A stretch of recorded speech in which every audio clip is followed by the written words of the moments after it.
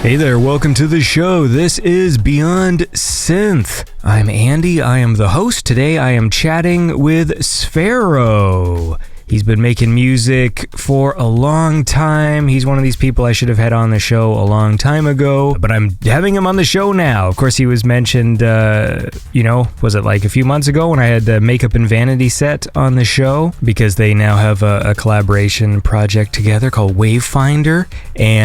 But today we're just talking about Sferro stuff. So look, we're in the middle of a heat wave up here. It's making it very difficult to focus on my work. I'm actually recording this at like 6 in the morning because it's slightly cooler in my office. I'm not even usually awake for another few hours, but it's so hot I just couldn't sleep. We don't have air conditioning here, so usually the technique is to go downstairs where it's slightly cooler.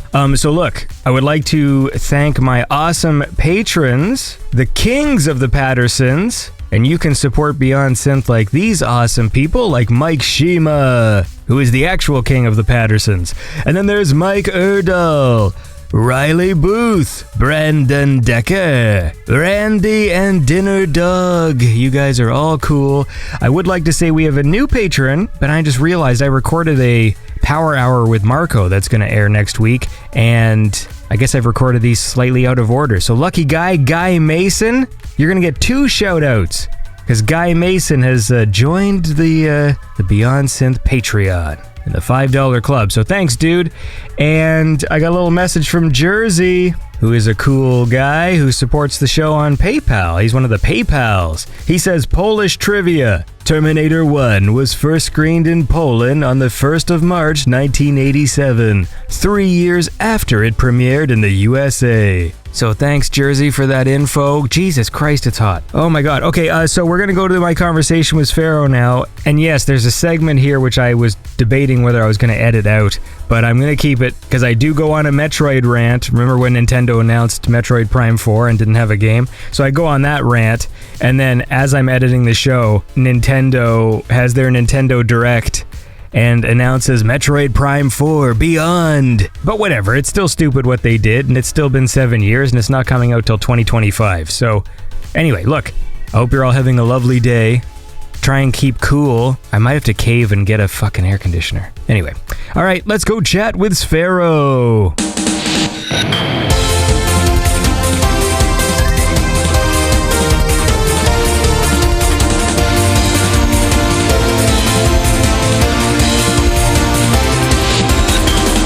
All right, well, I'm here right now with Sferro.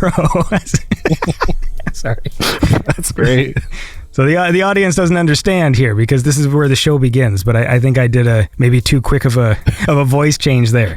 So I apologize. When you snap into radio mode, man, you just gotta... Oh, yeah. Okay. That's what that is. I don't do many of these, so I'm sorry. That was radio mode. Okay. Anyways, look, I'm here right now with Sferro, a.k.a. Eric. Is that correct? That's correct. You've been making music for a long time, and you're probably one of those guys I should have had on the show about 10 years ago, and I apologize to Eric Sferro. No, don't you worry about it, man. I don't like to do interviews anyway. Oh, well, this is going to be fun then. This is going to be really good. We were just talking about you several episodes ago because I had Makeup and Vanity set back on. Yeah, I listened to that episode. And and he had nice things to say. He's a good man. Yeah, no, he's cool. And the project you guys... Oh, it was funny because when I recorded that interview with him, you had not officially called the project Wavefinder. Yeah. It was still like, that's what other people call it. And then by the time I post the episode, there'd already been this posting of like, we're called Wavefinder now. I'm like, okay. Yeah, when you just combine our names, it's kind of a mouthful. So it kind of just made sense to add something else. So yeah, it fits the project.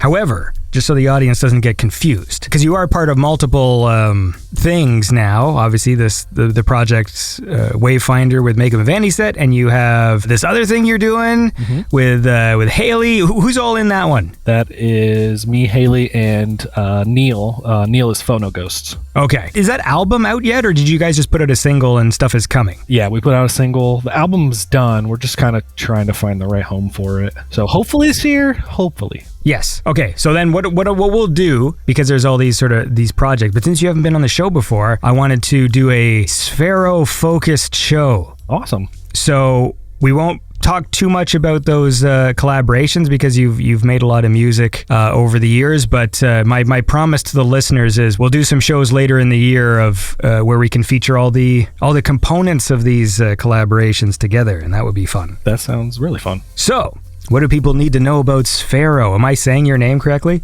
You are saying my name right. I mean, I've just been making music for literally ever, and this project in particular, Sferro, I started it in 2008, and I've just been releasing synthwave adjacent stuff ever since. But I've been making music since like 2002-ish. And what were you using at the time? In 2002, I got a groove box for my birthday, and I was just making like big beat stuff, and I was like super obsessed with French touch, and I was just trying to make that stuff. It was bad. Oh, and I was also trying to make Boards of Canada. I was trying to rip off many bands. But yeah, I was mostly doing French touch and like Boards of Canada stuff, but that stuff is non-existent. Well, how does a groove box work? I don't think I've seen one. Hold on. Oh, groove box it's like a drum machine, but it has a synth built into it. It's usually like pretty limited synth. Like there's like a bass line you can make and like another sound you can make. But yeah, it's kind of like an all-in-one box. They were really popular in the 90s. Is this something you bought with your own money, or was this a gift? No, this was my parents gifted it to me. I was 16, and it started everything. Nice. That's a nice present. Yeah.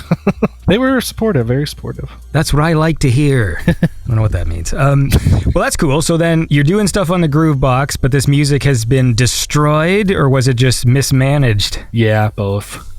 It was on a Packard Bell from like, oh my god, some 90s Packard Bell that my mom had, and it was in her basement as of a couple of years ago. But then I went over there one day and she's like, oh, I threw that thing away, so it's all gone. Oh, that's a shame. Yeah, but it wasn't good. Okay, so don't worry.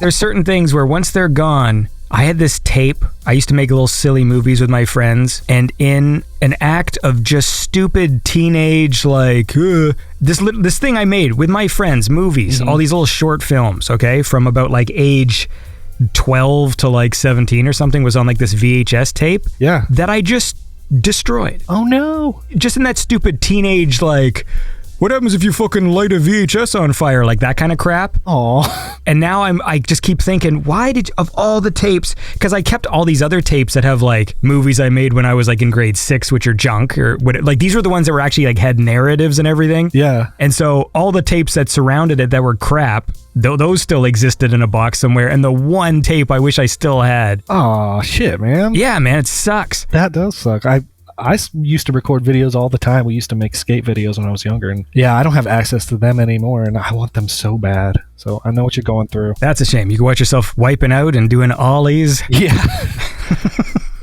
I know skate lingo. You know a lot about skating, apparently. You know what?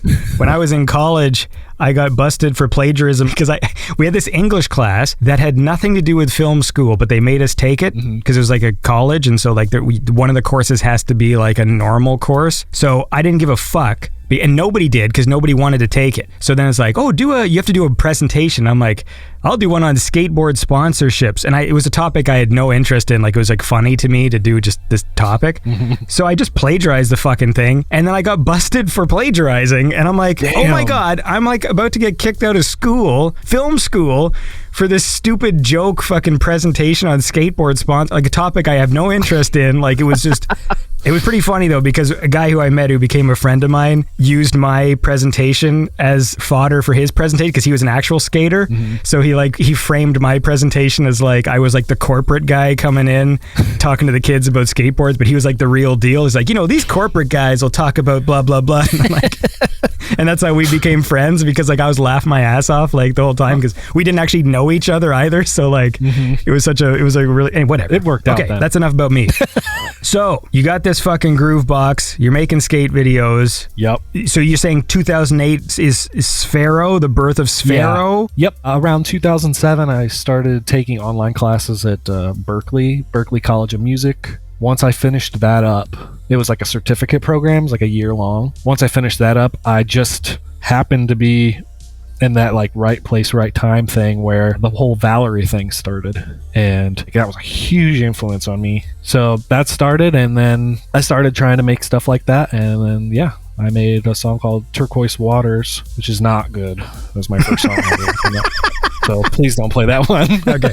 But yeah, that's where it started. So what happens at an online music course? That's pretty early for doing something like that, isn't it? Yeah, I would say so. Basically, there's just a lot of, I don't know, it wasn't like live chat or anything like that. It was mostly like web pages that like you just read, and it would tell you how to, like, the basics of sound design. It would show you graphs, and it would like have you do these little projects where you like mix and master your own stuff. And yeah, we like communicated with the professor through email, like if we had questions. I'm sure it's come a long way since then, but yeah, that's how it went, really. That's interesting. Was it useful? Yeah, I would say so, because I'd still been making music before that, but I wasn't very knowledgeable on the little things. Like when you start on a groove box, you're probably not paying attention to like EQing, and at least I wasn't, and like all the things that you're just making cool sounds with the box.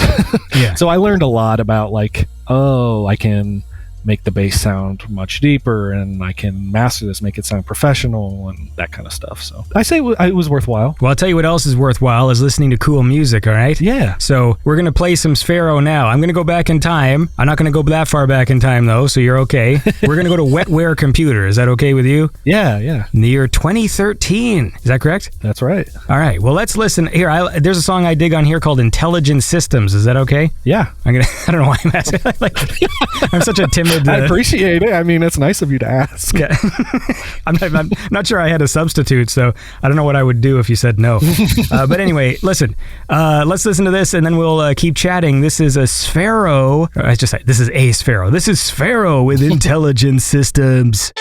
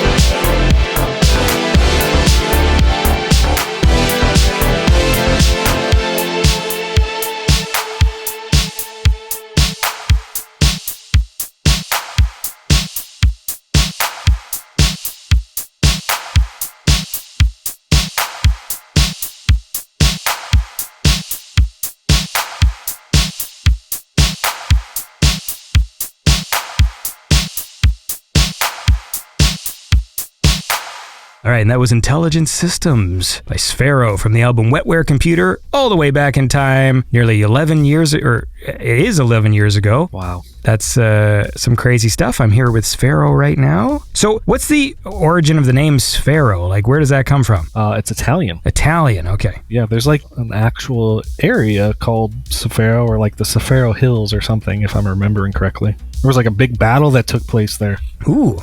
Wait, so when you say it, you sort of like enunciate the S and the F. Like, so you say Sferro? Yeah, it's Sferro. I don't know what I'm doing. Well, it's your name. I'm just saying because like I want to make sure I say it like you say it because I'm trying to really blend the S and the F when I do it. So I'm always like Sferro.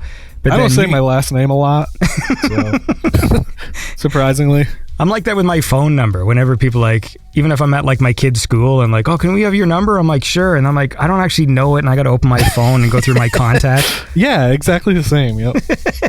What's your name? This one's a little tough. Yeah. So, okay, let's get a timeline here. So we're making Groovebox tunes. Mm-hmm. Are you like an in the box kind of dude, or do you like to collect synthesizers? Like, what's your mode of operation? Yeah, I used to have a bunch of boxes in my parents' basement. Had sampler, had a couple synths, the groove boxes. I liked hardware back then. I don't use any now, actually. It's all software now. So when you were collecting things, the gear you had was not synthesizers, that was like box things? It was mostly box things, yeah. I had a micro Korg, because who didn't? And I had this Yamaha CS2X or something like that, but it was mostly box stuff. I didn't have too many synthesizers. Now, I might be an idiot. What do you call those things? Because when you have a collection of synths, you have synthesizers, but if you have a collection of drum machines, like what is that referred to as if you have a collection of them? I think that's just a collection of drum machines. I think you're right. I don't think there's any kind of fancy... Someone's going to get mad at me. Someone's going to be in the comments. They can be mad at me. Well, I don't want them to be, though. I like to be a shield for the guest. You know what I mean? No, so, you're good.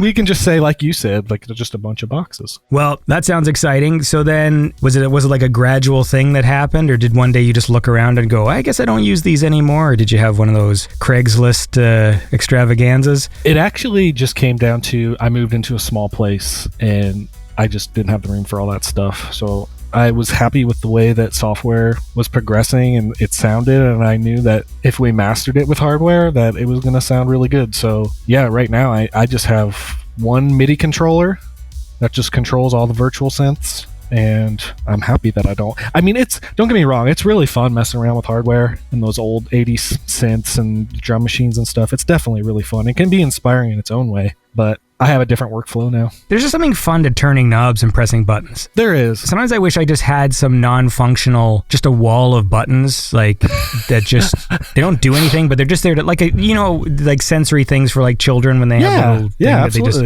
spin the wheel and stuff. Like, I think I want one of those. Okay. But like the adult version, nice chunky switches, just chunk, chunk, like when you flick them and... You should buy a cheap synthesizer and just not plug it in and just twist knobs. I do want the sounds, though. Oh, you want sounds? Like when I press the buttons, I want each of the buttons to make a unique, like, spaceship noise. Okay. So you should get a synthesizer and plug it in. Anyway, whatever. This isn't about me, man. Okay, so although you're no longer the founder of, well, you are the founder of Girlfriend Records, but you're not connected to it anymore. So what was the deal with that? So you started Girlfriend Records for what purpose, and then why did you get rid of it? Yeah, I actually started it in like 2006 on MySpace, and it was mostly hip-hop and like French touch stuff. And then we just gave releases out for free. And then I started meeting people online, people that were like-minded, and I thought it would be cool. And like I had mentioned earlier, Valerie really inspired me. So I thought it'd be cool to do like an 80s kind of focused label. So we opened a blog. It was Girlfriend Records. It might have been .blogspot.com. And we just started putting out free releases. That was me.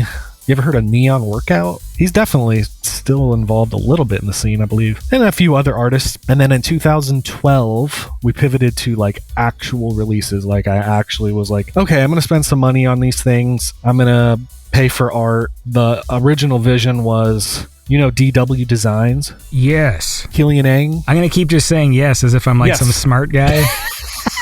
If you saw DW Design's work, like if you Googled it or whatever, you would know exactly who I was talking about. How about I do that right now? It's a very distinct style. DW Designs? Yeah.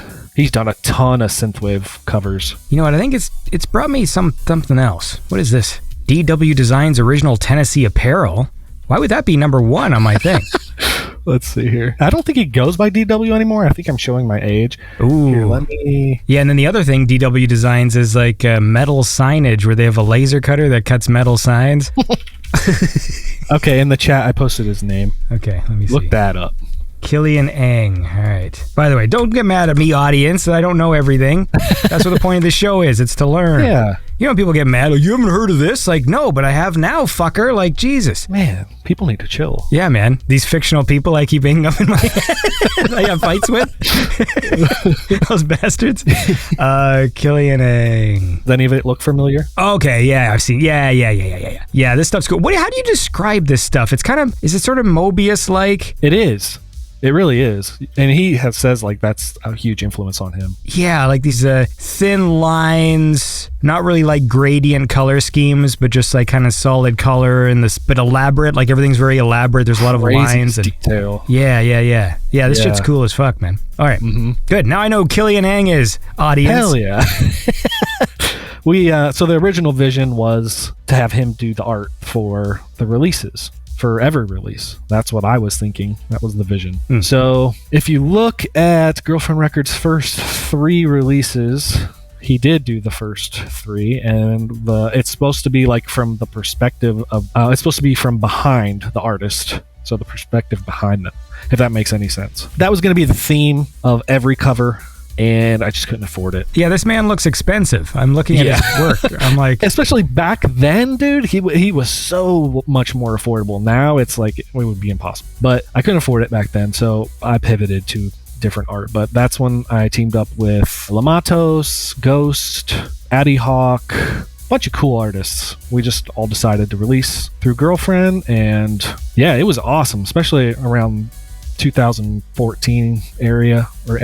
We ended up getting some coverage on Twitch from some big streamers, and that really helped push a lot of stuff. I think Lamatos would say the same too. Like they got a lot of attention on their albums from Twitch streams. So Girlfriend was like pretty known in the Twitch community. Ooh. So I was pretty thankful for that. Then in 2015 we got approached to do music for a game called Crypt of the Necrodancer, do like 80s remixes for that soundtrack. So we did that. And then afterwards, it was kind of like most of the artists were splitting off doing their own things.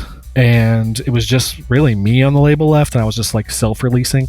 It got to a point in like 2019, 2020 that I was like, you know what, I'm not really doing anything with the label. The label has...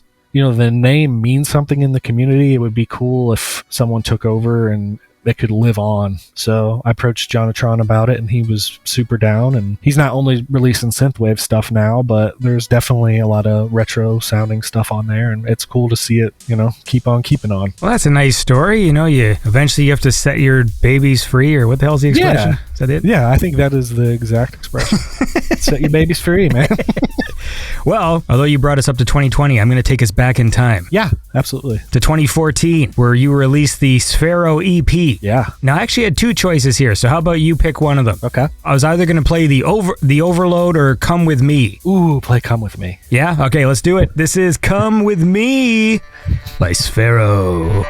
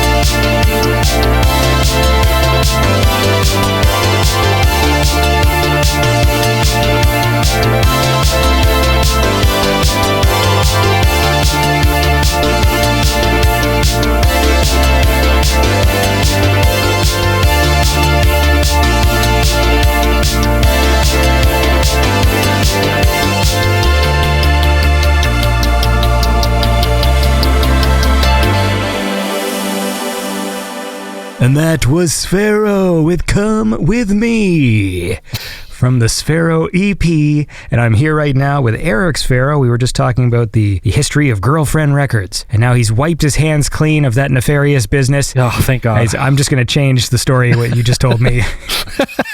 There was some... There was some corruption and there was some missing money from the funds. It was messy. You were outed by the board. There was like a big scene where you showed up and you thought everything was good and they're like, "You're out, Eric." And you're like, "Am I?" And then you turned into the Green Goblin and anyway. Yep. I started this company. Or whatever. I'm talking about Sam Raimi's Spider-Man. Excellent. Stupid. Anyway.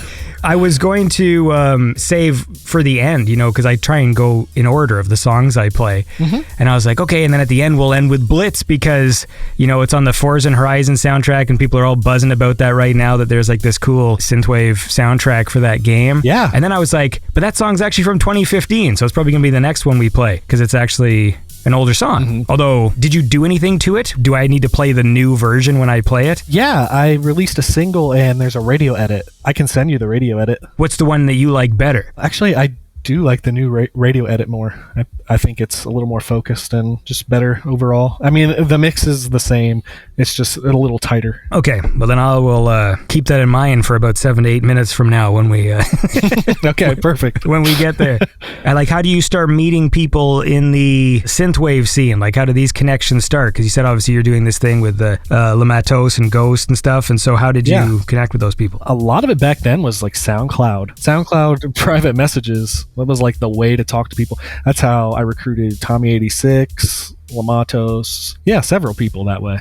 But that was just kind of the way you did it back then. Now, times have changed, eh? When we see... I don't even go to SoundCloud anymore, so yeah, times have definitely changed. The only thing I do, because I post my show on SoundCloud just because that's where the feed comes from. Yeah. But I still use it occasionally just to message artists, like ones I haven't had on the show before. Mm-hmm. For some reason, I go to SoundCloud first, and I don't know why. That'll be my first go is just hey, do you mind if I play your music on the show? And then if they don't answer there, then I'll message them in another place. But okay. Well, if it's working. Is it working? I would probably try Instagram first, but it's your show. Yeah, well, hey, man. I said, I'm not a very good businessman, okay? I don't... Who cares? Who cares? Do people even need websites anymore? Dude, that's interesting you say that because I've been debating making one because I've just started releasing some merch and we just started the Wayfinder thing and I was like, man, it would be cool to have all this information in one spot. But then I was like, well, is it even worth paying the hosting costs? Are people actually going to even go there? It seems pointless. I have this feeling, again, this is not research, this is just a feeling. Mm-hmm. But I think nowadays, since everybody's sort of using these certain platforms for their stuff, right? It's my merch is on fucking Shopify, my music is on, Bandclamp and Bandclamp. Bandclamp. Fuck me. Oh, hell yeah. Fucking Bandclamp. How do you fuck that up? That's adding a syllable. I love that. Anyway. You know what I'm saying? So essentially, I feel like everyone just sort of has a link tree now. Yes. And it's you go to someone's link tree and it's just here's my merch page, here's my whatever page. And then I'm starting to really question the necessity to have a site at all. People are going to find you on social media of some kind. Yep. They'll click on the link tree. Does there need to be some weird hub? I don't think so. To be honest, I think Linktree is the move. I mean, yeah. I don't know. Maybe I'm wrong, but I'm just saying, the way that I use the internet now, I don't think I don't ever go to anybody's homepage, really, unless that's where their Linktree is. You know what I mean? And it's okay. Yeah. Yeah, I go to makeupofvandyset.com to find his link tree. So I don't know what you got to do exactly, but I should say this show is brought to you by Squarespace. Is it really? That's great. I wish. It should be. Holy fuck. Could you imagine if I had a sponsor? Hell yeah, you deserve one. You've been doing this for so long. You deserve a sponsor. What are you, the number one synthwave podcast for 12 years running? Sure. Well, it doesn't... what does that take exactly? It's such a niche thing, so it's... I don't know if it's a... Anyway, whatever. Listen, man, we're not talking about me. We're talking about Sferro. I know, but a lot of people love this show, man. It's important. One of these days, I'll meet one of them, and they can tell me what they like. You just did. What's up, man? So look, you're making cool tunes, you're meeting people, you're making connections. Yeah. It's like that scene in the casino, you know, where he's like walking through the casino and the camera's following behind him. Dude, I'm gonna blow your mind. I don't watch movies. What? Is that true, or are you an insane person? That is actually true. I don't really watch movies. What does that sentence mean? Yeah, right? like, are you saying you don't like them, or is it just like, I choose not to spend 2 hours watching a narrative thing? It's mostly that. Like, a lot of movies I've seen, I've loved, but I didn't really grow up with movies, oddly, which most people have. When I was a kid, I just didn't really watch movies. I played Sega and went outside, and that was it. I don't have this, like, attachment to them, I guess. But there are movies I love. Blade Runner. I love Blade Runner, obviously. I love Ex Machina. There's some movies I love, but... You know what's weird? That might be the most, like, fascinating thing I've heard in a while from a guest. Everybody... we end up just talking about movies and the same ones. Yeah. Because this show, you know, it's just like... And so I never know what to do. So is that like the same of all like visual like storytelling stuff? Like you don't do TV either? I do TV shows. Okay. I definitely do TV shows. So is it about the length? Yeah, I guess so. It's just like you wouldn't really catch me going to the movie theater, and I don't really play many movies on Netflix or anything. Yeah, I don't know if it's something to do with the length or what, but yeah, I'm sorry if I'm blowing your mind right now. Well, I mean, because everyone has a thing, right? It's like, not that we were like some nerdy movie family, but it was like movies is the thing, you know? Like my dad always had all these movies around, but my dad was always big in like international films, so like all the movies I like that I think are cool had nothing to do with the stuff we watched here. Except for Raiders of the Lost Ark, which was our Christmas film for a while. That's Indiana Jones, right? Yeah, the first one. But that was it, really? Because I wasn't really big into like international cinema, and so anyway. Yeah, I know movies mean a lot to a lot of people, and I think that's awesome. It's just, never was a big thing in my life. Well, we're going to listen to a song, and then when we come back, we're going to talk all about Blade Runner. And you can give me a list of we can talk about video games, because I know you play video games. Yeah. Well, we'll do that too. Listen, man, we're going to do a lot of things, all right? This is an exciting day. I have a guest who says they don't watch movies, and that like kills 80% of what my follow-up questions were going to be. Like, what's your favorite movie? And... oh my God. Doesn't Tom Cruise look great for his age? Okay, well, let's go.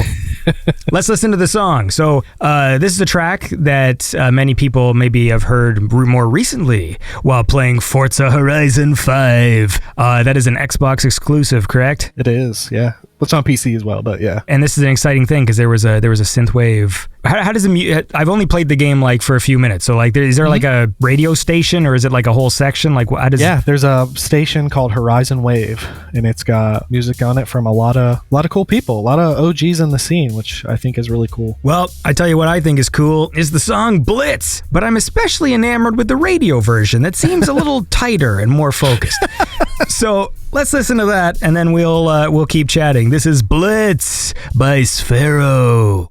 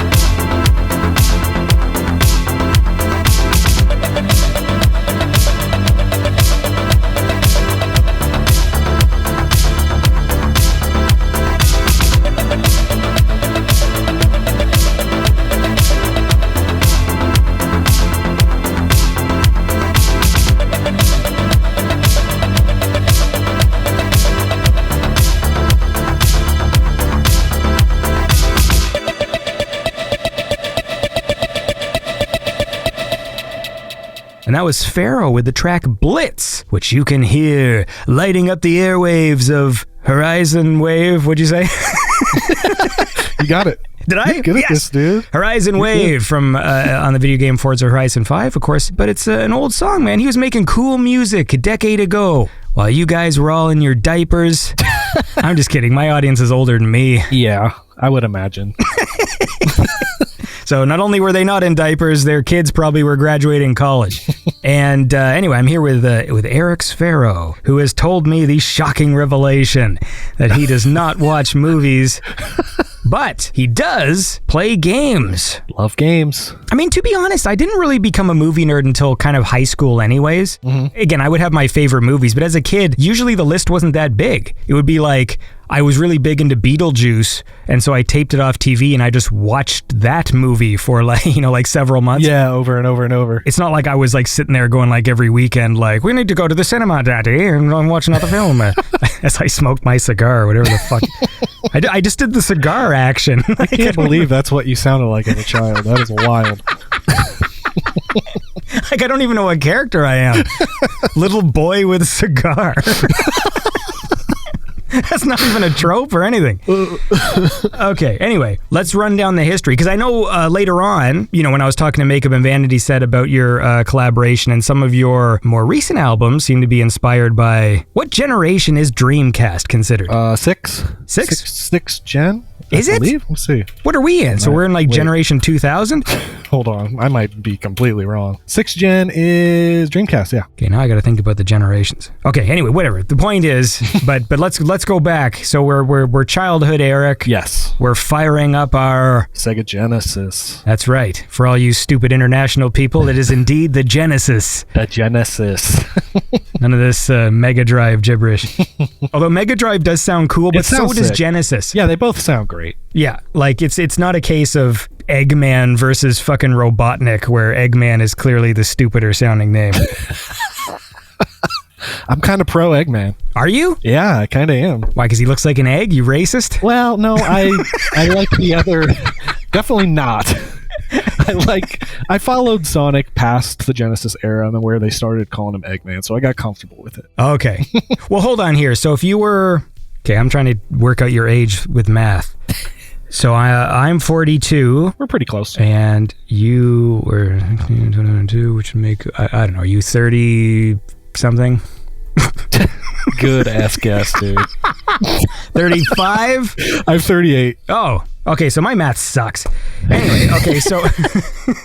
yeah, because I thought where I was going with that, I was going to say, well, because my whole childhood he was Robotnik, so I wasn't prepared to make that change. I'm like one of these old-fashioned people, when like these newfangled things come along, and I'm like, when I was a kid, we didn't see any of that, and so I don't like it. And so for me, that's Eggman. I'm like, when I was a kid, we called him Robotnik, and none of you kids these days are... Robotnik's cool, I have to admit. I just think Eggman sounds silly. Yeah, but he does look like an egg. Yeah. I knew it. Okay, so I would say actually for me, maybe I'll make a revelation now. Okay. The Dreamcast is a huge blind spot for me. And I know people love the Dreamcast. Yeah. Whenever people talk about it, it's always like, that's the fucking system. That was like the greatest thing or whatever. And for me, I go pretty much Nintendo, like for consoles I owned. When I was a little kid, I have an older brother, so he kept trading stuff in every year. So like one year we had a TurboGrafx, one year we had a Sega Genesis, a Commodore. Oh, nice. But then when I started buying things, my first thing was a Super Nintendo, then an N64, then a GameCube. Okay. And then I moved to Wii. The first PlayStation I owned was a PlayStation 3. Wow, so you're like me, you never had a PS2. Yeah, I didn't have a PS2. I had friends who did, so occasionally, since that generation lasted so long, yeah, it would get to the point at the end where like a friend would like, you want to borrow I could borrow someone's PlayStation for like a few weeks and play games, when people don't give a shit about their stuff after a while. Right. So I missed Dreamcast completely. I think I've maybe even only held one of those controllers like once in like a Blockbuster. Yeah. But I've never even played one for real, like except again like at a Blockbuster I maybe did the Sonic demo when Blockbuster would rent consoles or whatever, and they had like a TV in there with a system plugged in, and that's it. Yeah, man, I was all about Sega back then. Like the Genesis made me a Sega. You know how like back in the day, like, well, at least for my case, you got one system. Like, you weren't getting both systems. No. And you had that system for a while. And I was part of the Sega group, so I instantly hated Nintendo because I was part of that console war stuff. Yep. And so as Sega kept releasing stuff, like, I didn't really care what it was. I wanted it. And I was begging my mom for a Dreamcast forever. And she finally broke down and got me one. And that's probably why it means so much to me. It's more than the games. Like, it's just something I wanted for years. And she finally broke down. I love Sonic. I got Sonic Adventure. I open it for my birthday. I swear to God, like a month after that, they're like, we're not making games for it anymore. So that's always a bitter feeling that I have, because I was like, oh my God, I've been Sega my whole life, and I finally get this thing and they're not making games for it anymore. But yeah, so from there I went to Xbox. I never had a PS2 because there was no way in hell my mom was buying me a PS2 and an Xbox. Right. And I discovered Halo, and I became like the biggest Halo nerd ever. And started playing like competitive Halo and stuff. Back then, you had one system or the other, and I finally got a Dreamcast, and I loved that thing to death. Unless you were the fucking rich kid, you had one console, and for me, I only even had a few games. Like the reason why a lot of my favorite games are my favorite games is I can just trace back and go, well, because you owned Perfect Dark, and that's why you played Perfect Dark for like 400 hours, because that was the cartridge that you owned. Well, thank God you owned that one. That game's amazing. Yeah, it is awesome. And they just released a trailer for... Oh, I want your thoughts on that. Well, okay. Because I'm a big Perfect Dark fan. Same. So what I will say is this. We're going to listen to a song, and then, see, look at this. Now I've become a good businessman. See, now I'm teasing the audience. So here's what we'll do. We'll talk all about that. But first I want to listen to some more music, and we're going to move ahead in time to an album called All Things Converge, which Aaron Velling said, Mr. Sferro thankfully destroys the dogmatic confines of synthwave from the now defunct Veilingo.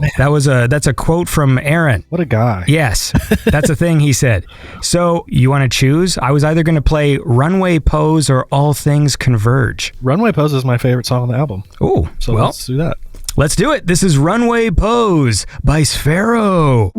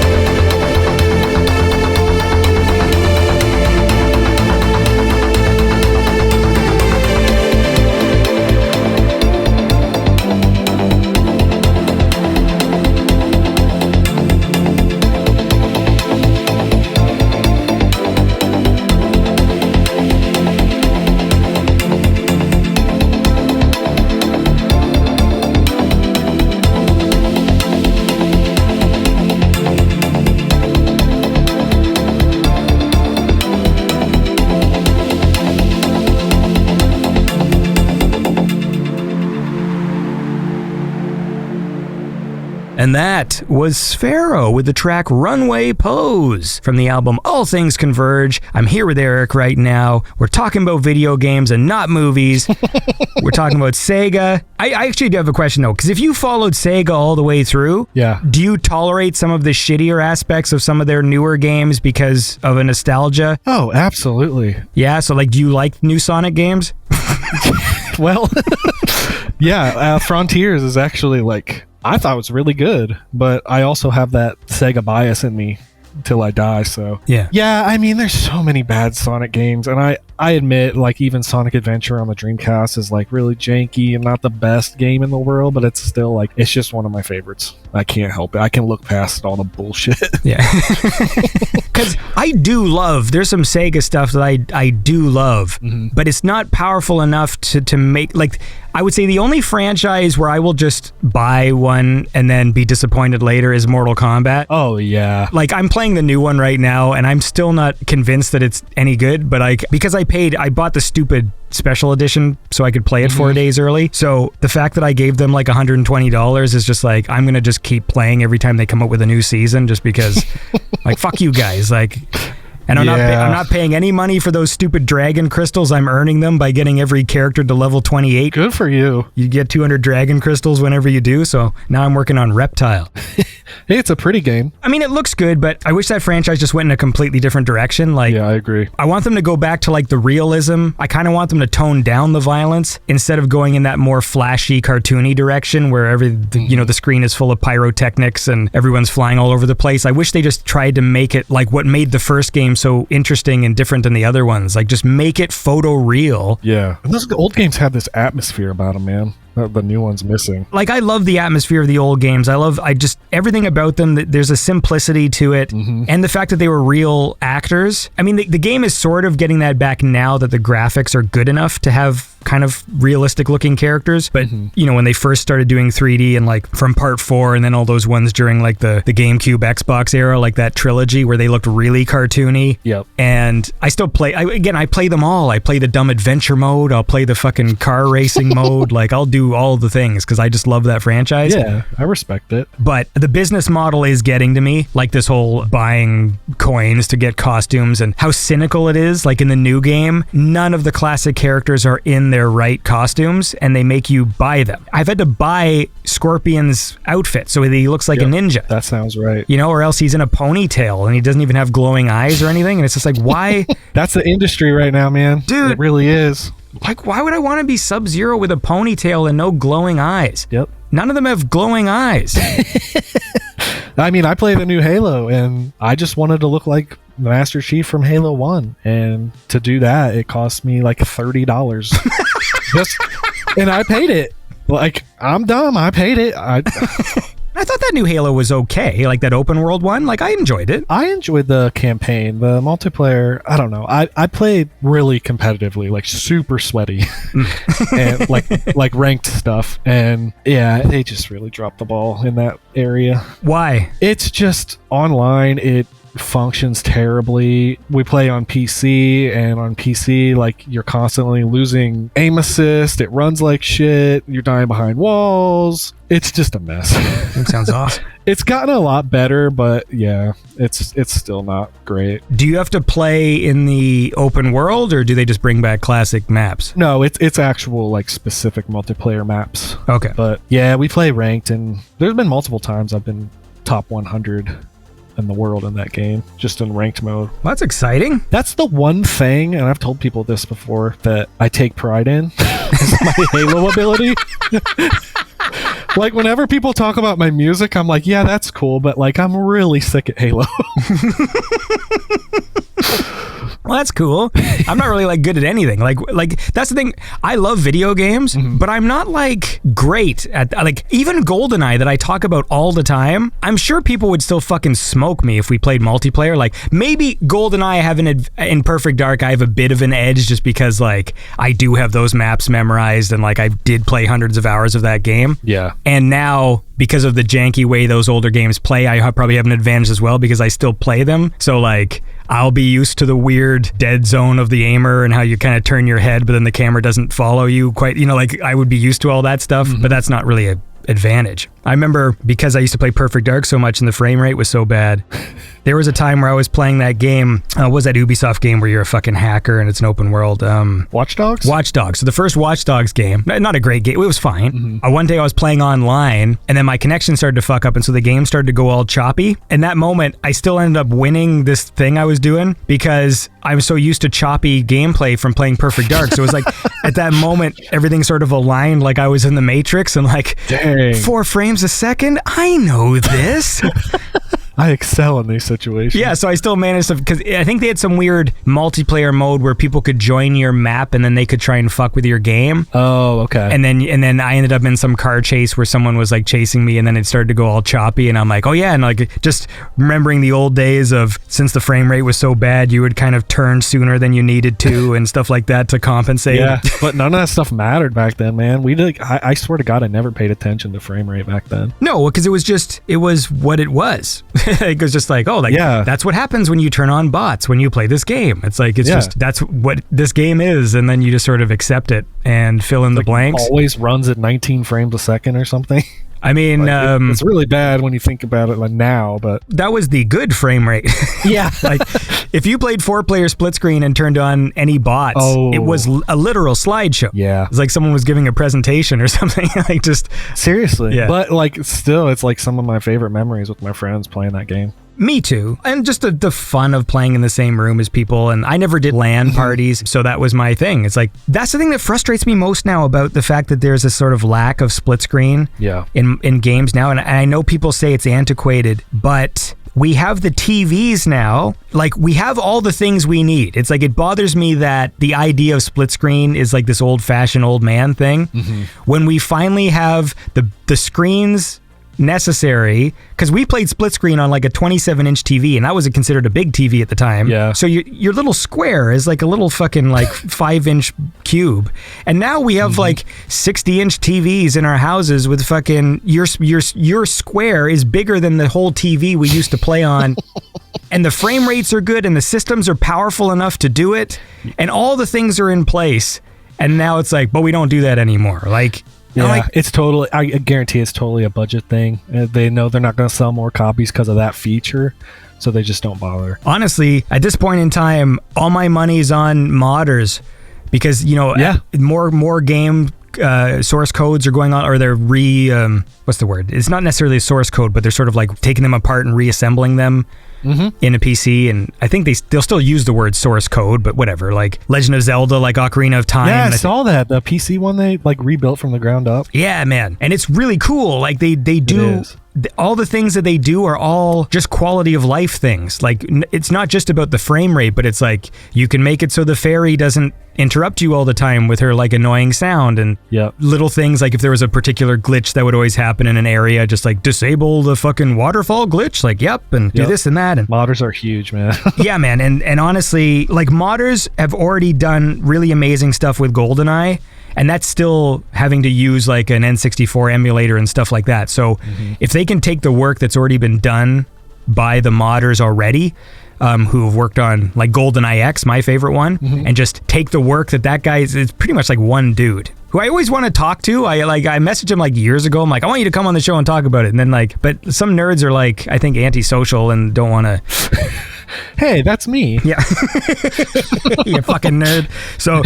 So now that they're re-engineering those games, they're doing the same thing with GoldenEye and Perfect Dark. And so there is a possible future where they just take the old Perfect Dark, make it run at 60 frames a second. Like, I mean, they kind of already did with the Xbox remake, but I mean... Yeah, that ended up pretty good, at least. Yep. That's one of the things I always find funny is when people talk about GoldenEye and like when when they finally put it out on Xbox and Nintendo last year, like that was a big deal. And even though like I've been playing it for years emulated, right? So it wasn't a big deal for me, but like for everybody else. And the whole time it's like, oh, it'd be so cool to be able to like, play with your buddies again and all this stuff. I'm like, like the Perfect Dark remake has been on Xbox for like 11 years. Yeah. And it is that. Like you can do it now. And it's actually better than this fucking thing they're about to put out because it's literally, they're just putting out like an emulated ROM of GoldenEye. Like Perfect Dark actually has a smooth frame rate and... Yeah, and the one that was on the Nintendo service, like, it's like streamed from online, so there's like input delay. Oh yeah, no, it's no good. And when you play multiplayer, that it's still split screen for some reason. It's nonsense. And like it bugs me because like what the modders have done is like the logical thing you would do. It's like take the Perfect Dark engine but just apply the GoldenEye assets to it.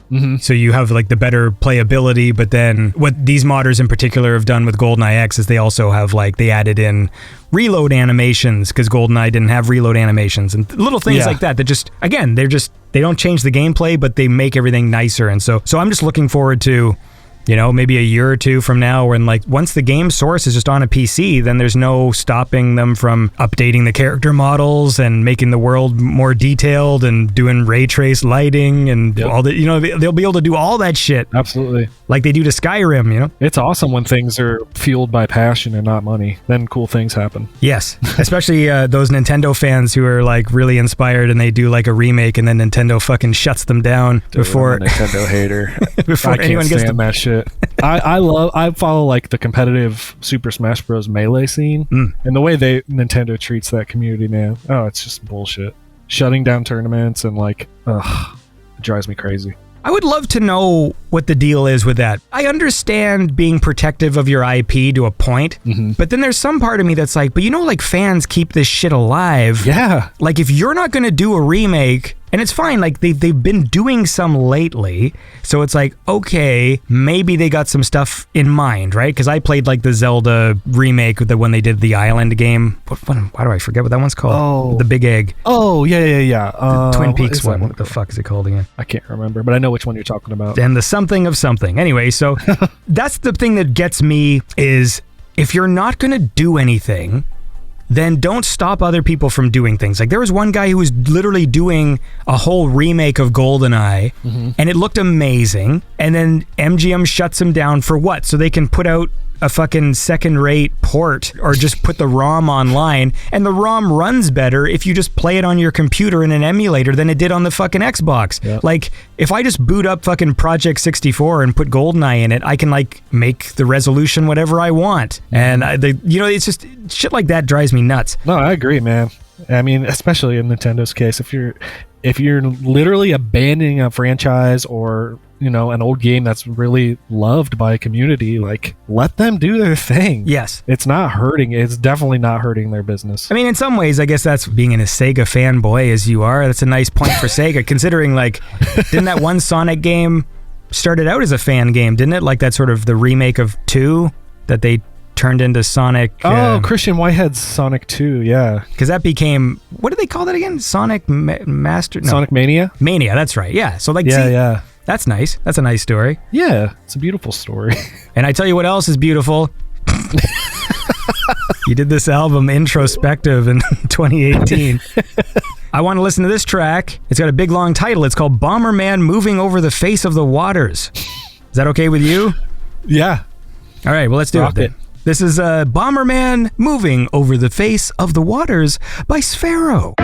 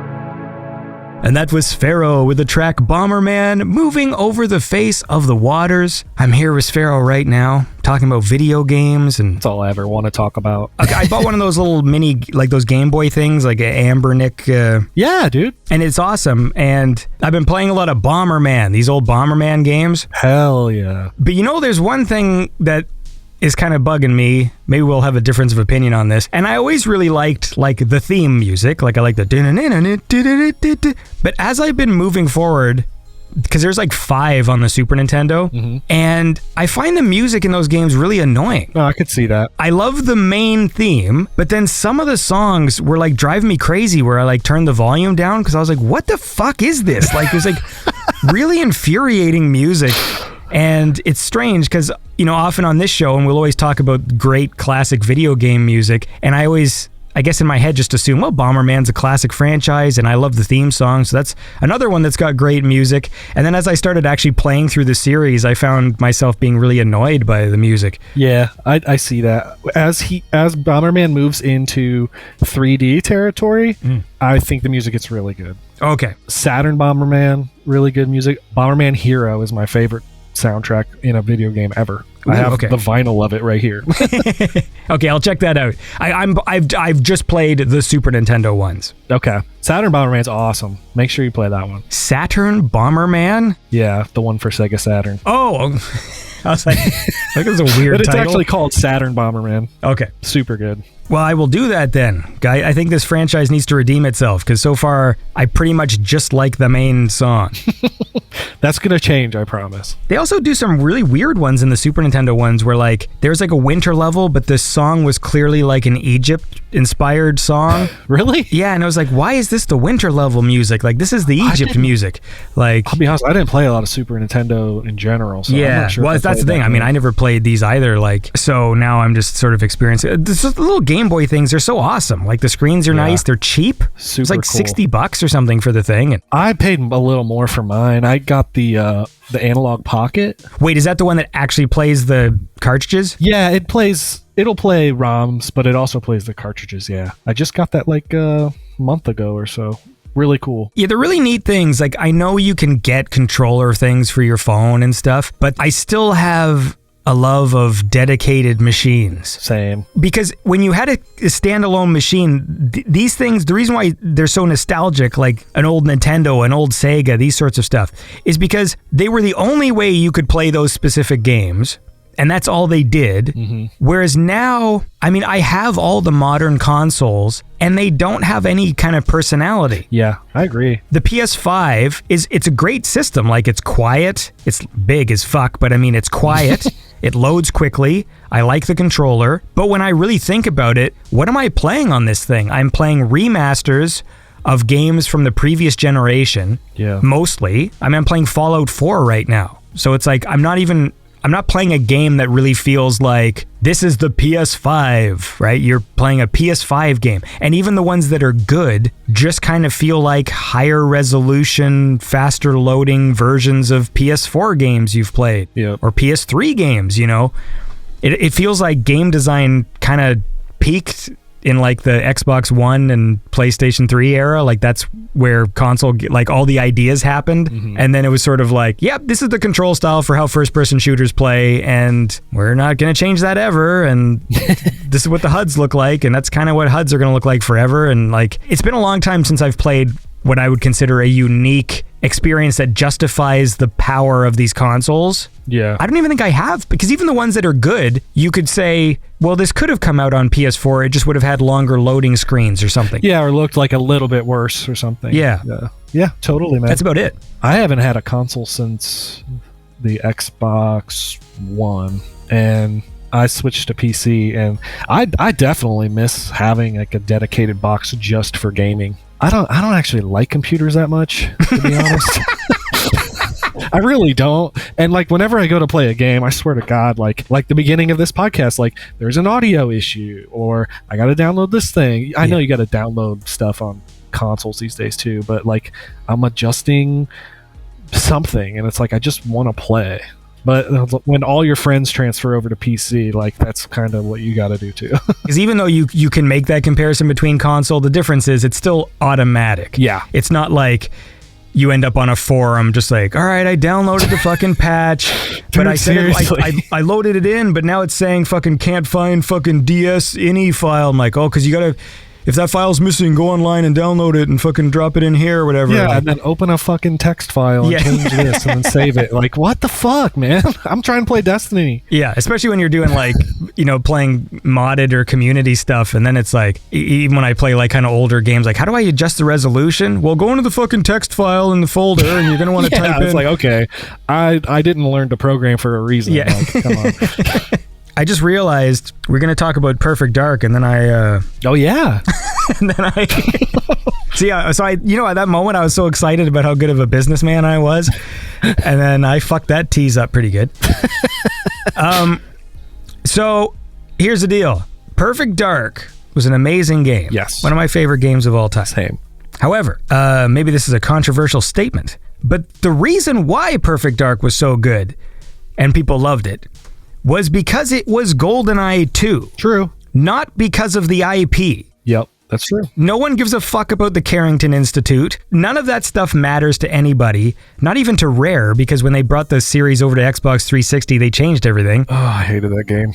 Yeah, that sucked. The moment for me, when you talked about that moment for you when you had the Dreamcast, then you have the revelation that they're not going to make games for it anymore. Yeah. For me, that moment was Microsoft buying Rare, because I bought a GameCube because of how much I loved Rare games. Yep. Because people had PS2s and like it seemed like that was the console of the generation that was winning, right? Like everyone loved it. And I was still kind of like a Nintendo guy, and I'm like, well, I like Zelda and I like, Metroid and stuff, and I'm excited for these things. But the kicker was like, hey man, I've put hundreds of hours into Perfect Dark. I can't wait to see what they do with Perfect Dark 2 on the new Nintendo console. Dude, back then, Rare games were a big fucking deal. Yes. Well, they were like the second to Nintendo, and in some cases, Banjo-Kazooie is still like one of my favorite fucking platformers of all time. Like, Rare was so good at taking something that Nintendo did well and then sort of adding their little spin, but also kind of polishing certain things and making, like,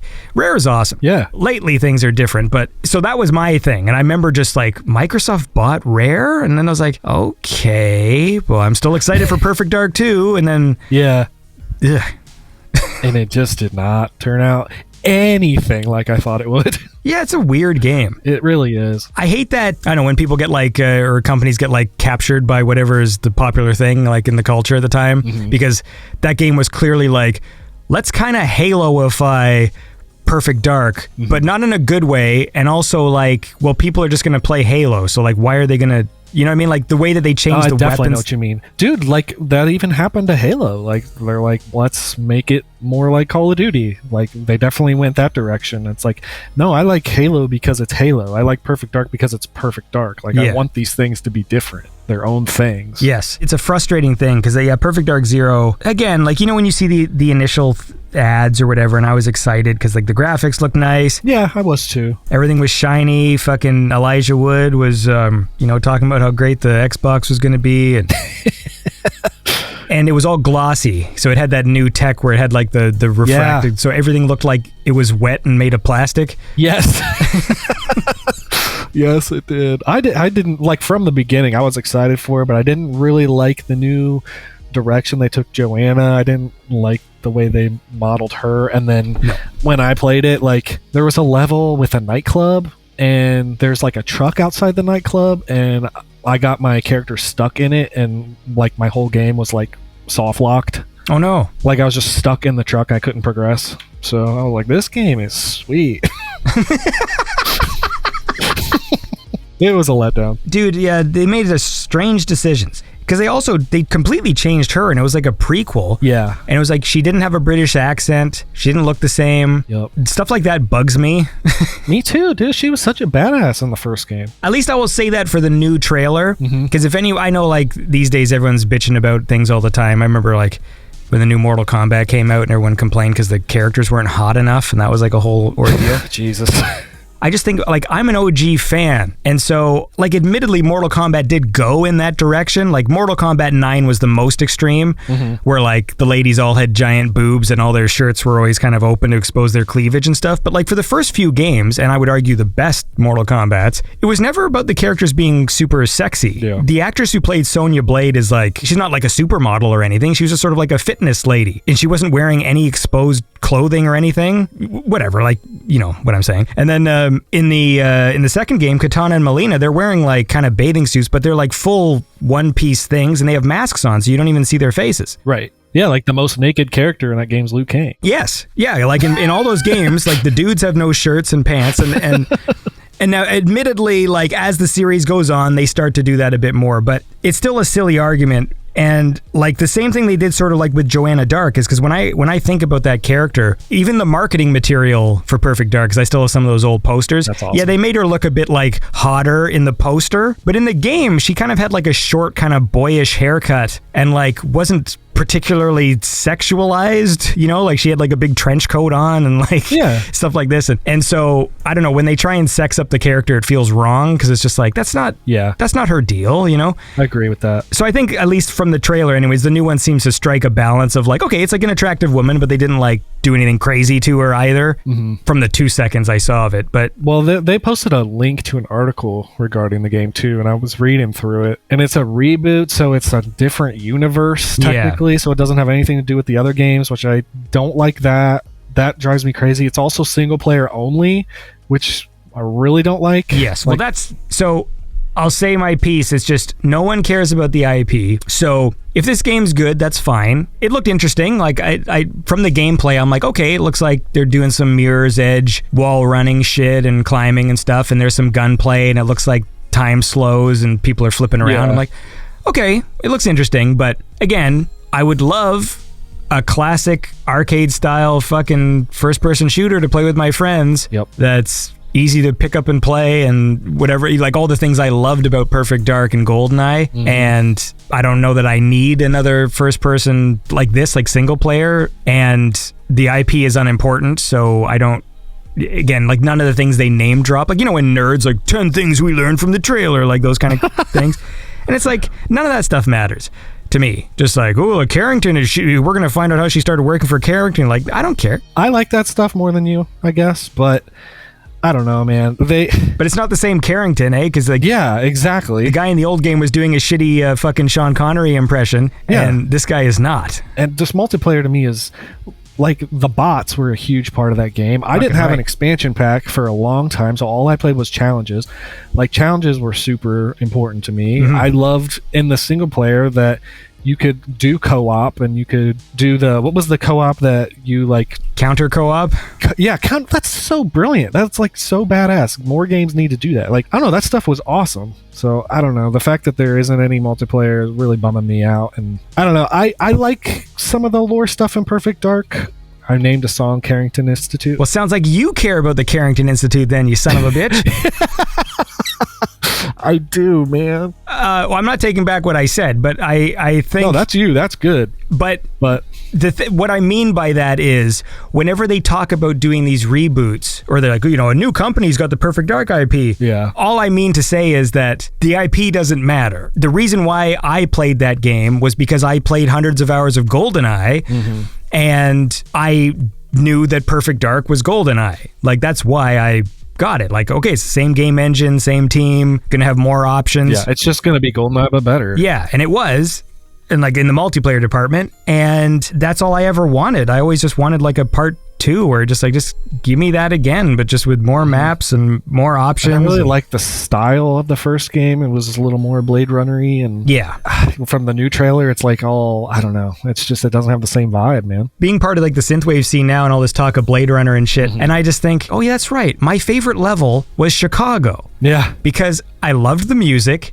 and it was like a city in the rain, even though it was like one street or whatever, but like, and the music kind of was almost like Tangerine Dreamy, like all these things that I didn't think about at all until later on. I'm like, oh right, that's why I love that level so much. This fucking wicked synth music took place in a rainy city. That's the vibe I want. Same. And the 360 version did not have that. The new one doesn't look like it's gonna have that. So. No.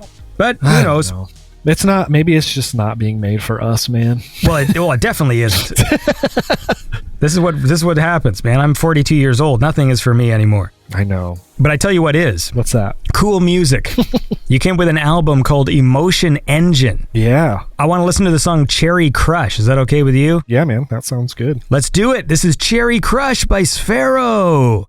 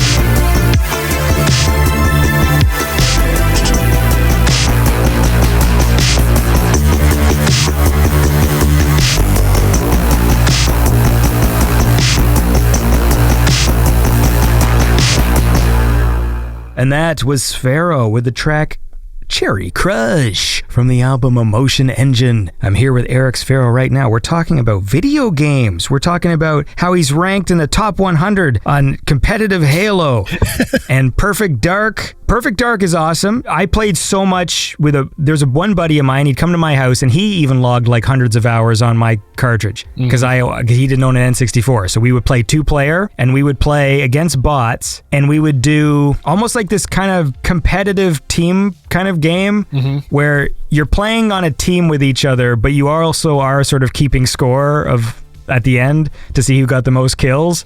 And then we would just play against bots. Yeah. Often just in the Felicity level and just I fucking loved that. That was like, I played that for hundreds of hours.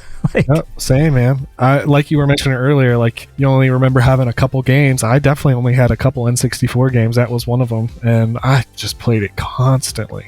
Actually, I remember before it came out, like it felt like it was taking forever. In hindsight, it didn't take as long as I thought, but it was delayed a few times. Yeah. That was my first experience with reading video game news and knowing things too far in advance, right? Same, yeah. Because that's the story now for everything, so it's no longer a surprise. That's the thing that gets me, is when people get excited when a AAA company announces the release date of like a AAA game, and every time it's like, why are you people excited? They're going to delay it. Like, they always delay it. Every single fucking game. They announce it with, like, a CG trailer, too, so there's no in-game footage. Oh, dude. I know I've said this a million times. My audience will be mad at me. But I called it when fucking Nintendo announced Metroid Prime 4, and all they showed was the stupid JPEG of the logo. I'm just like, there's no fucking game. There's nothing. They've got nothing. Yep. Some guy literally just started it. Probably for the 8th time. I still don't even know... And that was 7 years ago now? Like, so wow. There wasn't a game. Like, I was right. Like, I was just, there said, it's in development. Nope. The only thing that's been developed is that JPEG, probably by some fucking dork that afternoon for the press conference. Like, we got to get people excited somehow. I'm like, well, we got the Metroid Prime logo PNG file, right? Okay, well, let's slide a fucking 4 over here. Like, maybe they spent 7 years on that logo. I'm surprised the 4 was in the right font. Yeah. I'm sure like some guy like took the fucking logo PNG and just was like, okay, it's not Arial, Helvetica. Like they're just fucking cycling through the 4 that looks the most like the fucking Metroid logo. Liars. I hope it comes out for your sake, man. Even now, the thing that surprised me the most was how bold it was for the Grand Theft Auto team to say that their game is coming out in like the end of 2025. Yeah. And to say that in 2023, again, when people are all excited and they just see the thing like coming 2025, like, they just told you that this game isn't coming out for 2 years. Yeah. What is this? This is nothing to be excited about. Yeah, like, you can't be excited. Like, it's cool. There's another one coming. And also you have to think, okay, they said 2025, like that means it's going to be 2026. Yes. And not only that, it'll be like April 2026 because first they'll delay it to February 2026. It'll be Q1 2026 and then right at the end, okay, it's only delayed a few weeks for fucking polishing and then it'll be April. And then from that point, it'll be like 2.5 years since they announced the release date. Yeah. That must be the longest official release date announcement in history. Yeah, maybe. I'm not sure. Normally it's like 6 months because even, Bethesda, they've never officially said Skyrim or like the next Elder Scrolls is 2028. They just keep on saying it'll be around that time, but they've never said like coming November 2028. I guess some people they need something to look forward to, So if they're excited, that's great, but I'm not. Yep. I mean, I'm sure it'll be good. Like, I do like Grand Theft Auto games, but it's hard to really keep the momentum of excitement going for 2 years. Yeah, totally. Everything could be completely different in 2 years. You know what I mean? I'm just thinking like, I could be playing this game and like I might have a mustache. I hope not. I love that that's the big change in my life. I have a fucking mustache. Don't do it, man. Don't do it. And a mohawk. So what other things then goes on in the video game life of Sferro here? It's nice to meet a fellow Perfect Dark lover, but what else happens? Yeah, I'm one of those Souls guys. Love the Souls games. Love Dark Souls. Love Elden Ring's like my favorite game ever. It's nice So, for that to be like a new thing. Because a lot of my favorite games ever are like 20 years old. Yeah. I know what you mean. It is cool when something comes out that's new and it's just like, this is the best thing I've ever played. I will do it at some point. You're going to play Elden Ring? I am sort of averse to hard games. It's not to say I don't like them. It's not a rule. Because like I'll sit there and be like, oh, these Souls games are really hard and I'll never play them. Because I just don't want to repeat and fight a boss like 80 times until I figure out the pattern. And then I played Hollow Knight and didn't even think. I was just enjoying the experience because I like Metroidvanias. Yeah. And there was a point where like, wow, I died to that boss like 30 times, but was just so compelled to just keep going back to that boss until I beat him. And that feeling of triumph once you finally did. Yeah, but then meanwhile, I'm like, but I won't play any of these fucking Souls games. I'm like, well, wait a second here. Like, if the game is good, I will be compelled to do it. So, Yeah, totally recommend it, man. yeah, everybody does. It's hard, but it's the most accessible of those games, I think. And it's just, I don't know, there were multiple times I was playing it where I, for one, said holy fuck out loud, and for two, where it's just like, how did they make this game? It doesn't make sense. I think this game was impossible. I don't know how they did it. I literally said that out loud. So it's a masterpiece. I don't know, I hope I'm not hyping it up too much. I mean, look, everyone says so, right? So It's great. The Souls games, like, I played the first one, I was like not feeling it at first, and then something clicked. You figure out like the rhythm to the combat. It is honestly is kind of like a rhythm game in a sense. Once you figure that down, you're like, something clicks and you're just like, holy fuck, this is awesome. And then that combined with just the atmosphere of the game, and it's just, it's so good, dude. one of these days I'll do it. Hell yeah. I want to know. You let me know what you think. I mean, when games come highly recommended by a lot of people, there's something different than a movie because a lot of a game has to do with like technical stuff, just how it plays and how it feels and that sort of thing. Whereas like a movie can be great, but you might just not like it because it's subjective. Like I don't like that actor's face or whatever. But like Yeah.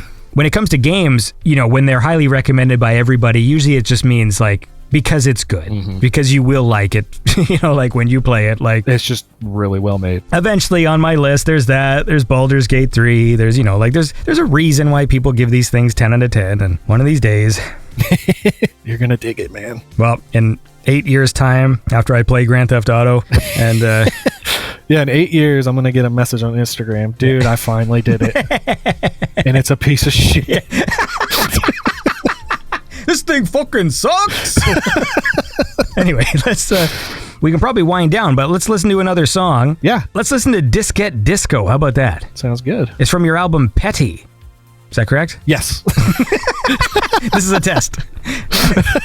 Yes, that's right. Anyway, it's a fun song, so let's do it. This is Diskette Disco by Sferro.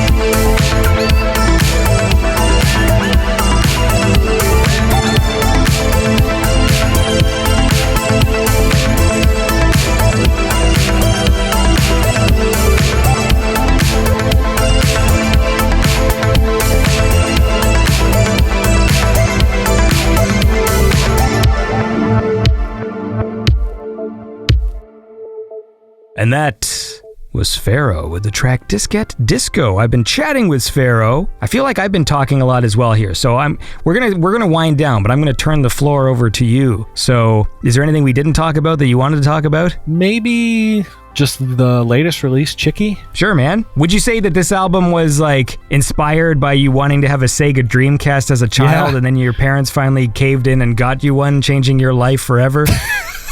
Would you say that? Yeah. Did you just read that? No, it just, I just felt like when I was listening to it, it sort of encapsulated the feeling of me, popping open the disc tray for the very first time. Oh my God. Anyway. That's good. Yes, though, that is accurate, and it's kind of my love letter to the Dreamcast, and I'm really proud of that record. It's kind of my first dip into like breakbeat stuff. Right. So some of the, I'm assuming, because like I said, I wasn't really a big Dreamcast guy, so I'm assuming these are samples from the Dreamcast? Is that yeah? There's some Bomberman samples. It's actually not just the Dreamcast. It's 6th gen consoles, so there's PS2. Yes, okay, that's what I was gonna fucking say, because there's certain sounds in this album that were very reminiscent to me of like the PlayStation 2 interface. Yep. I sampled that. Yep. Oh, okay, because I was thinking like, did the Dreamcast also sound like this, or? Yeah. Yes. Okay. You caught me. I just want to know I wasn't going crazy, man. It makes me feel good. Yeah, there's a bunch of Sonic Adventure stuff in there. Bomberman. There's some Soul Calibur. There might even be some Tekken samples in there. But yeah, all from that 6th gen. A story of. Oh, what's the Soul Calibur thing again? A story of souls and swords. Is that it? Maybe. Oh God. The narrator in the fucking Soul Calibur games. I never actually played Soul Calibur. I played Soul Calibur 2, but not the first one. I played 2 because it was on GameCube and you could play as Link. Yeah. Dude, the second game I played in the arcade. It's the only game I've ever beaten at the arcade. Oh, nice. Yeah, I sat down and put in money for it and I watched the credits roll, and that never happened to me before. I never beat an arcade game in my life. Yeah, that was the only one. Well, that's exciting. Was there anyone there to see it happen? Well, you don't believe me? Well, Pixar, it didn't happen, motherfucker. No, I was thinking if there was some nerds there to share in your joy. No, just this nerd. No, that's a shame. So you just had the quiet satisfaction of this thing? And pretty much, yeah. But I'm very proud of that. Well, I'm proud of you. Thank you, dude. Well, that's cool then. So this made you feel good? You're like connecting to your childhood? I don't know. Yeah, for sure, man. This has been great. It's nice to finally talk to you, dude. Yeah, man. Well, no, I meant about this album you made. Oh, I thought you were just talking about the podcast. I'm never talking about this podcast. No one listens to it.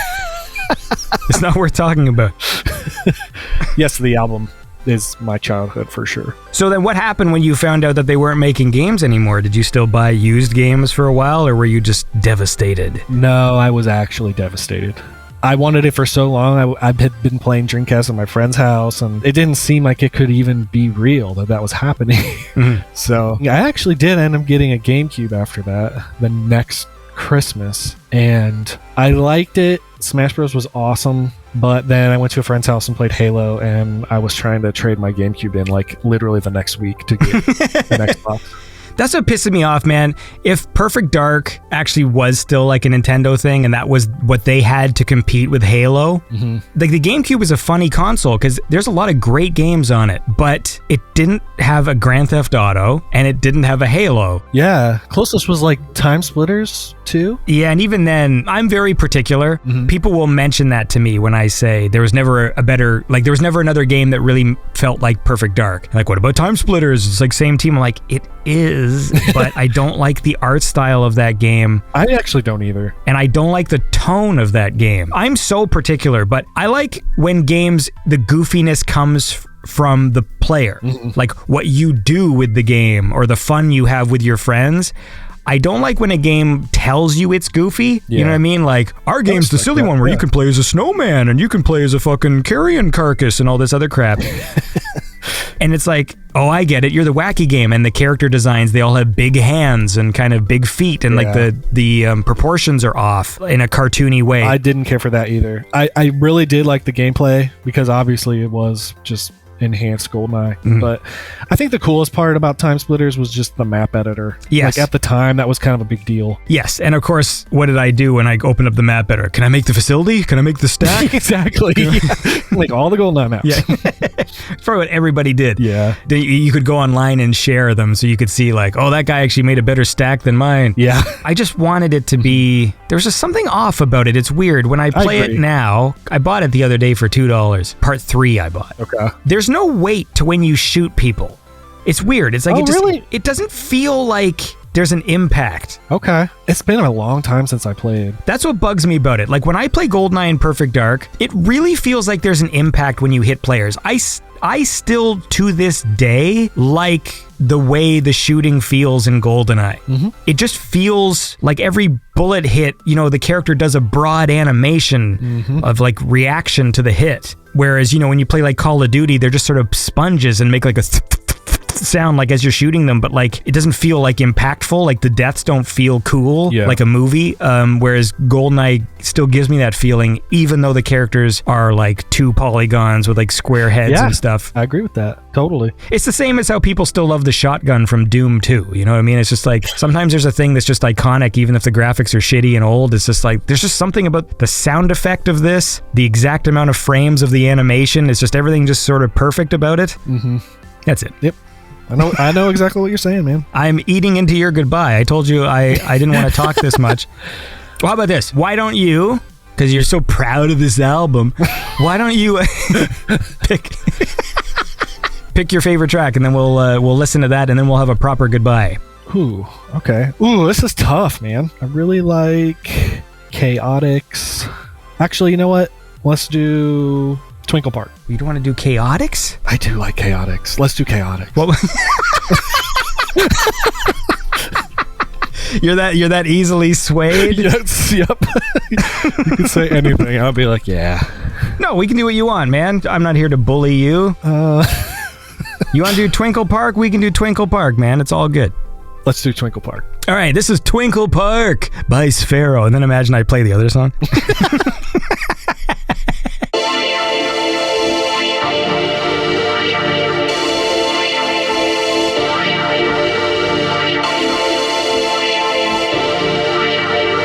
The train headed for Station Square will be departing soon.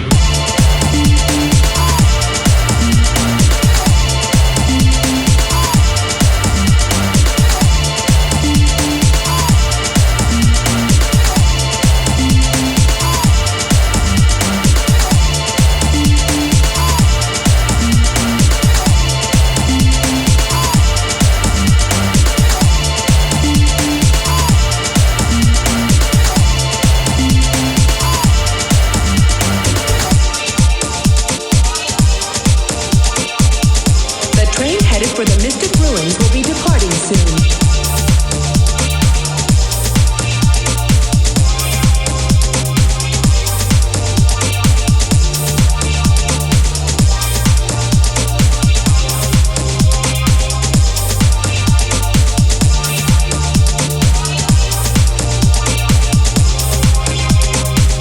Welcome to Twinkle Park.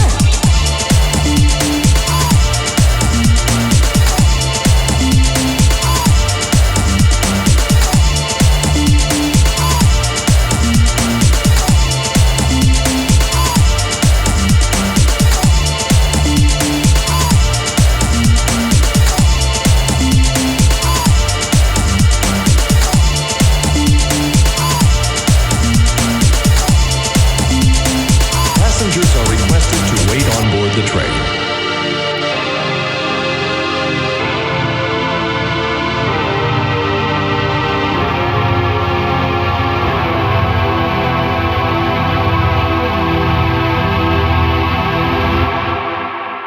All right, that was Twinkle Park by Sferro. And that was fun. It brings back memories of the Dreamcast era to all you Dreamcast nerds. Yep. I'm here with Eric Sferro, but we're saying goodbye. So the floor is yours. I will now not interrupt at all. Okay. Well, dude, thank you so much.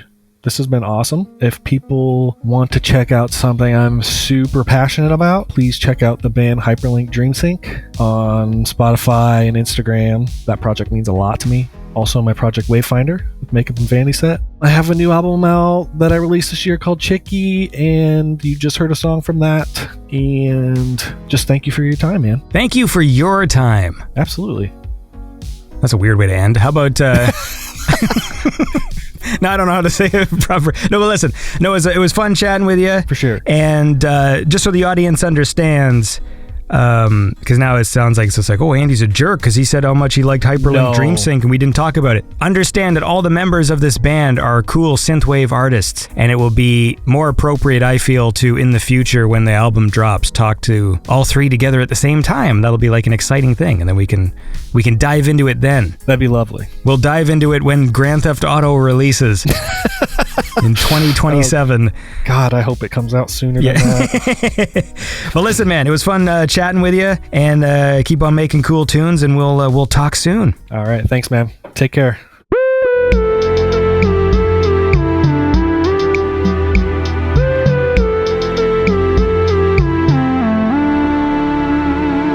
And that was my chat with Sferro. Hope you enjoyed that. He's a cool guy and makes cool music. And I guess we'll be having him back when we can get the rest of the group together. That's Hyperlink Dream Sync. But we'll get to that stuff. And look, if you want to support the show, you can go to patreon.com/BeyondSynth. There's some bonus content there for patrons. There will be some deleted stuff from this episode, but it will not be posted today. It'll be there in a few days. It's so hot. I can't even... All right, I guess I gotta get an air conditioner. Fuck! Anyway, thanks for listening, and tune in next time to Beyond Synth. It's the best synthwave chat show there is.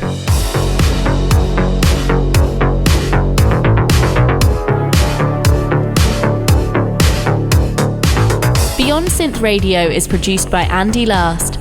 Check the show notes for more information on the musicians featured on the show. Consider supporting Beyond Synth at patreon.com/BeyondSynth. Thanks for listening.